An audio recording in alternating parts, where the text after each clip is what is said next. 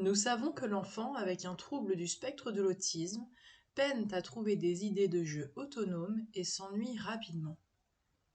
En cherchant l'autostimulation, il fait émerger de nombreuses stéréotypies comportementales non contrôlées, aussi appelées comportements problèmes, qui impactent toute la famille. Pour apprendre à l'enfant comment jouer de manière fonctionnelle et autonome, nous proposons un outil de modélisation vidéo, aussi appelé vidéomodeling. Introduire de nouvelles activités ludiques dans le quotidien de l'enfant lui permettra de mieux occuper son temps libre, mais aussi de comprendre le jeu des autres enfants pour pouvoir ensuite le partager. En devenant plus autonome et moins dépendant des autres pour s'occuper, l'enfant porteur d'autisme demandera moins d'attention dans ses activités de jeu et permettra à la famille de retrouver une meilleure qualité de vie. Mais alors, comment utiliser ce matériel de vidéomodeling ? Dans un premier temps, la présentation des vidéos ne peut se faire qu'encadrée par un ou une orthophoniste formé aux approches comportementales. À terme, un protocole précis d'entraînement alliera les séances au cabinet et les séances à domicile afin de favoriser la généralisation des compétences. Pour commencer, l'enfant doit être placé face à un ordinateur, une tablette ou un smartphone dans un environnement calme et peu stimulant pour lui permettre de concentrer son attention sur les activités que vous allez lui présenter.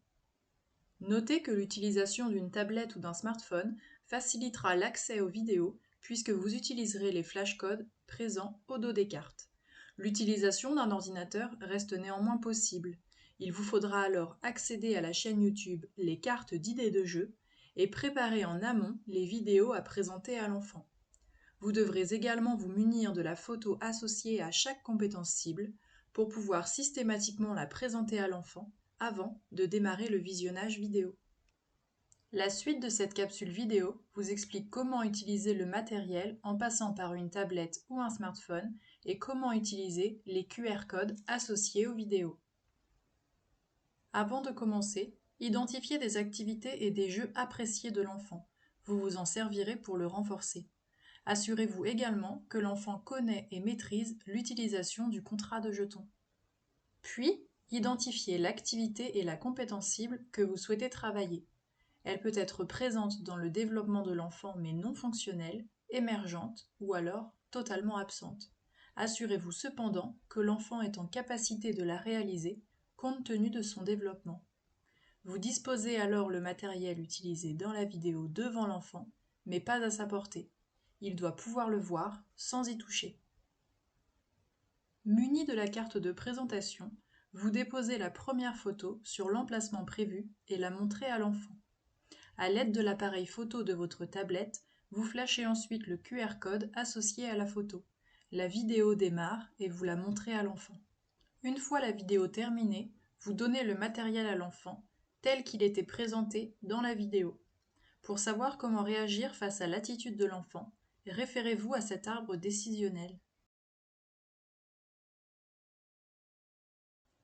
Lorsque le contrat de jetons est rempli, l'enfant peut accéder à son renforçateur et bénéficier d'un temps de jeu libre de toute consigne.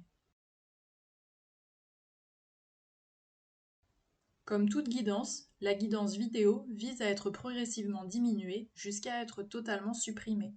Lorsque le comportement modélisé a été reproduit plusieurs fois par l'enfant à l'aide de la vidéo, présentez-lui seulement la photo qui y est associée. L'enfant pourra alors reproduire seul et de mémoire la compétence de jeu précédemment apprise. Vous supprimerez aussi progressivement cette guidance visuelle pour que l'enfant joue de manière autonome et fonctionnelle dès lors qu'il voit et se saisit du jeu. Dans un souci de généralisation des compétences, pensez aussi à varier le lieu ou le moment de présentation des vidéos à chaque séance afin de ne pas enfermer l'enfant dans un entraînement stéréotypé. J'espère que cette capsule vidéo vous a permis de comprendre comment utiliser ce matériel. Bon entraînement à tous!